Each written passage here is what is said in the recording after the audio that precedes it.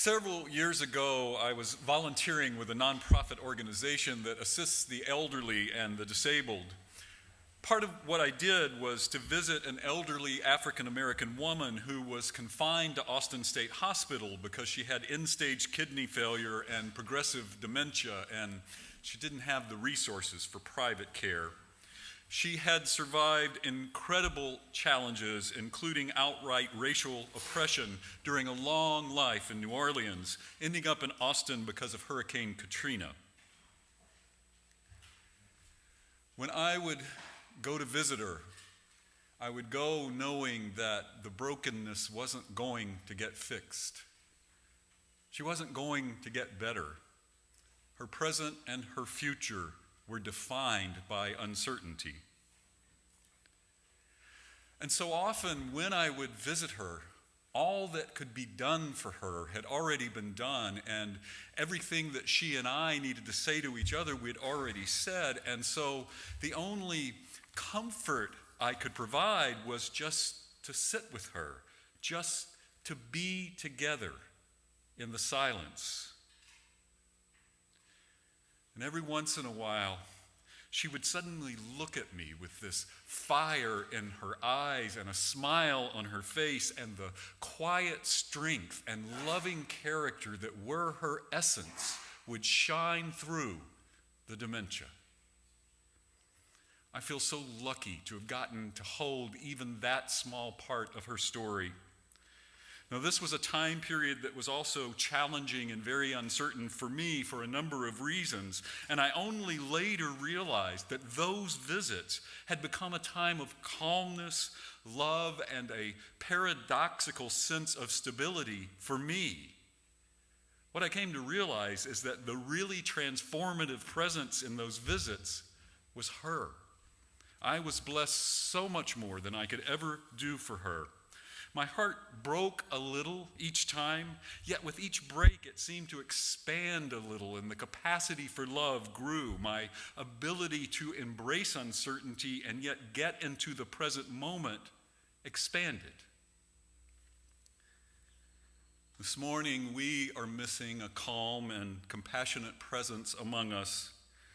Our senior minister, Reverend Meg Barnhouse, as I mentioned earlier, has had to go out on sabbatical so she can heal from that infection that developed in her hip implant. If you happen to be visiting with us for the first time or just started visiting recently and haven't yet got to experience what Meg is like, I can tell you that she exudes this presence that is filled with calmness and kindness. So understandably, knowing what Meg is going through and being without our spiritual leader's presence for a while can be worrisome and upsetting for folks. I want you to know that that is absolutely normal. If, as a participant in this religious community, you're experiencing feelings of worry or stress or even a sense of loss, that is perfectly natural. When something like this happens, it destroys our illusion of certainty. We're reminded that despite our best laid plans and our comforting routines, we don't have complete control over the events of our lives.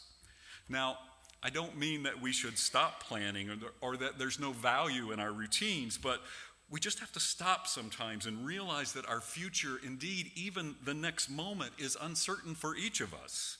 Our agency lies then not in having complete control over the events of our lives, but in how we respond to those events.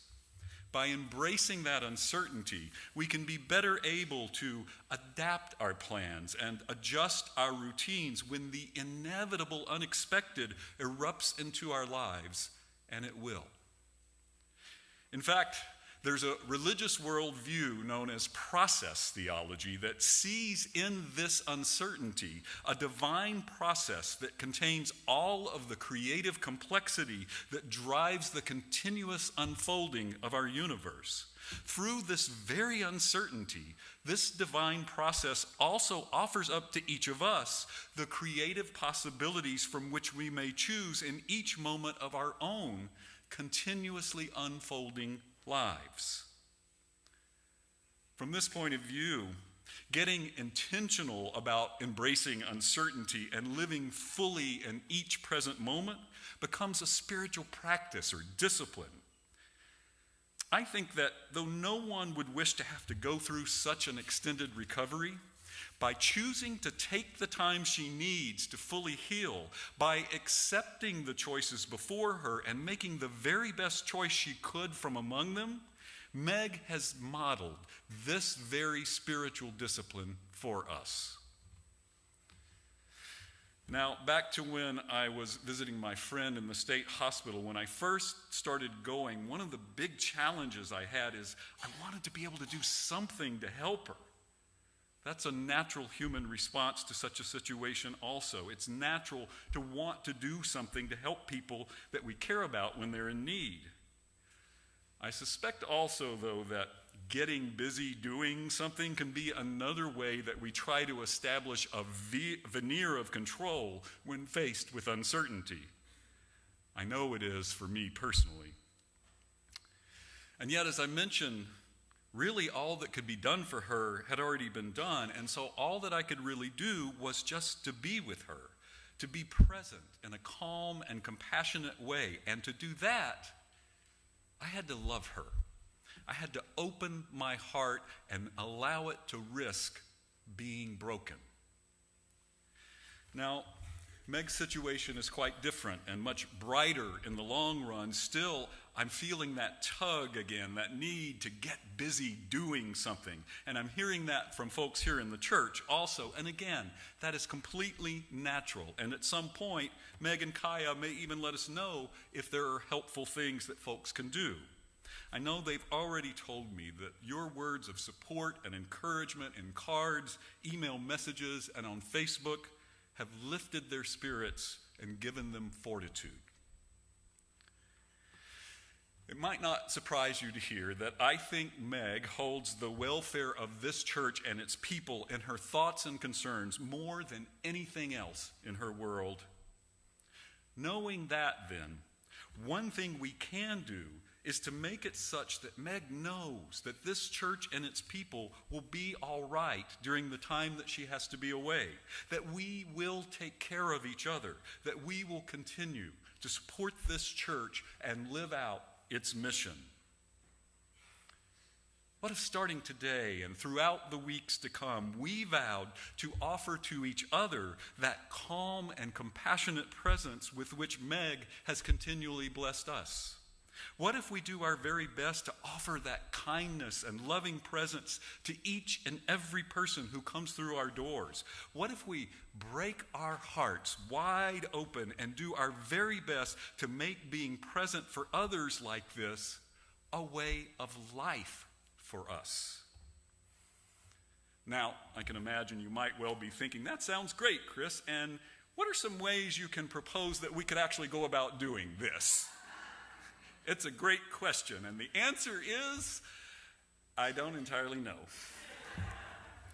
I don't entirely know, because even though I spent a lot of time in seminary getting trained for and discerning how to show up as that calm, loving presence I hope to be, sometimes I do, but sometimes I fail.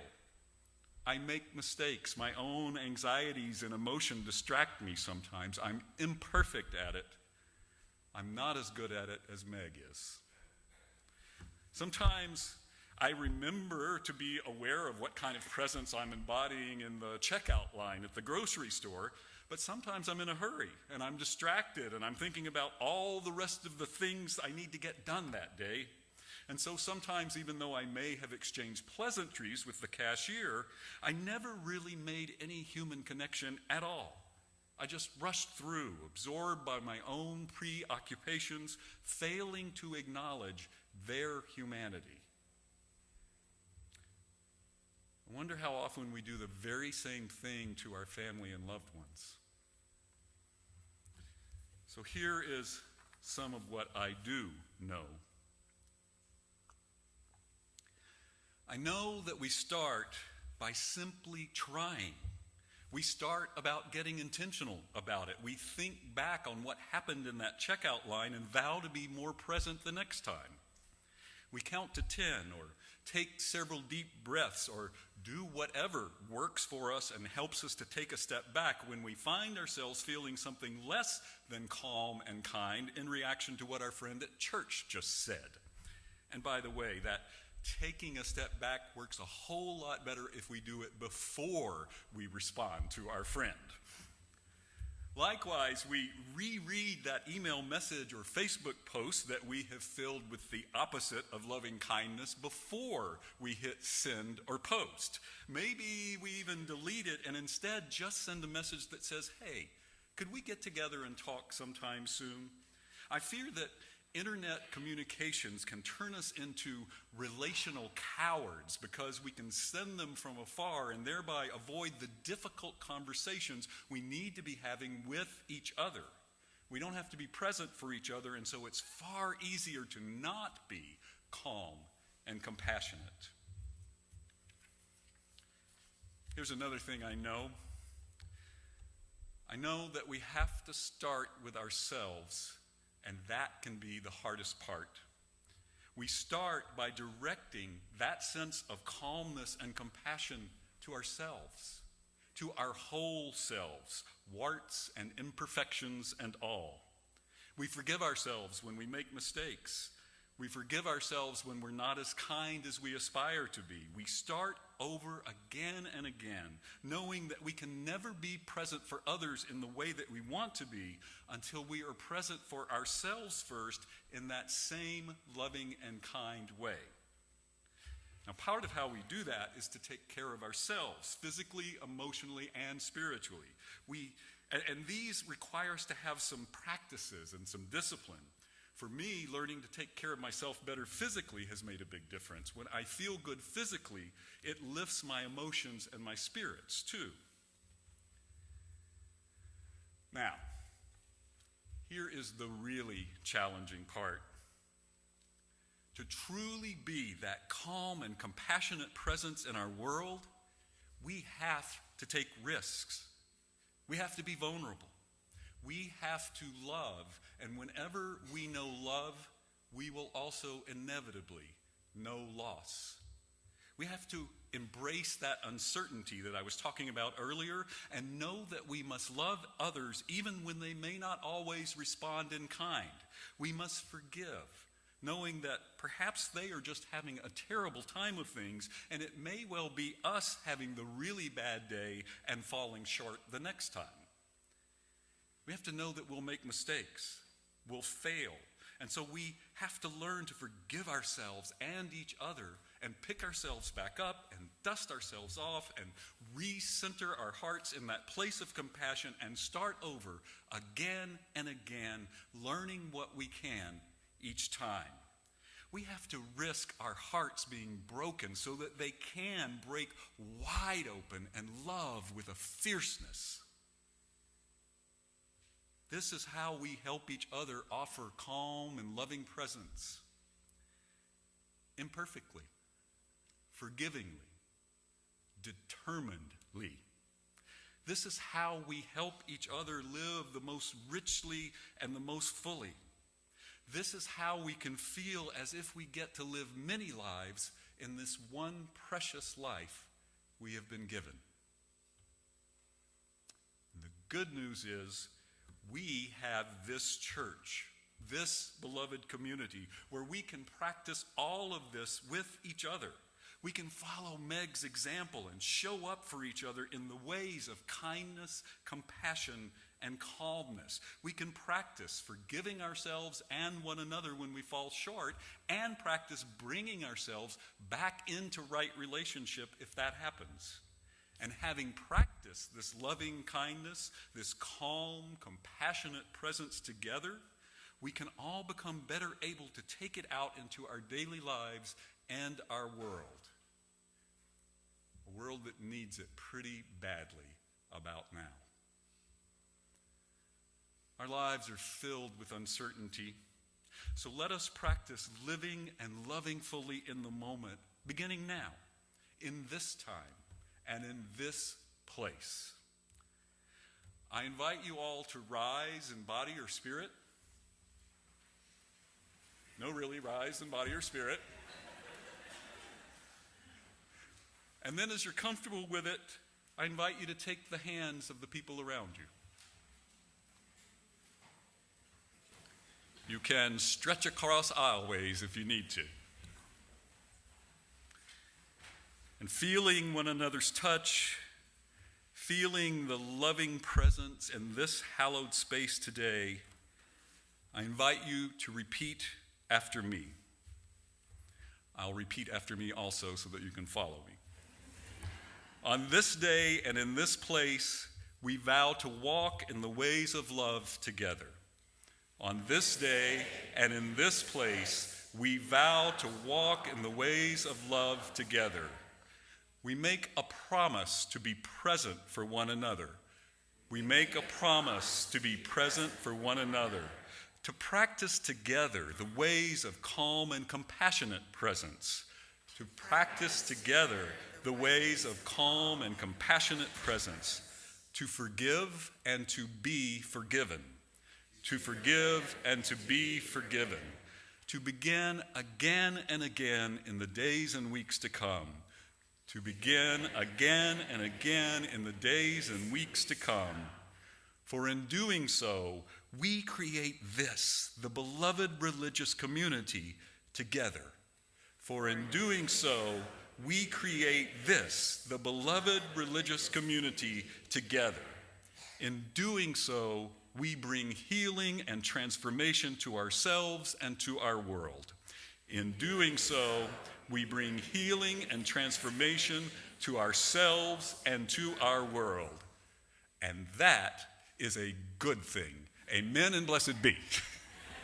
Now, please remain risen, because we're going to sing together hymn number 1021, Lean on Me.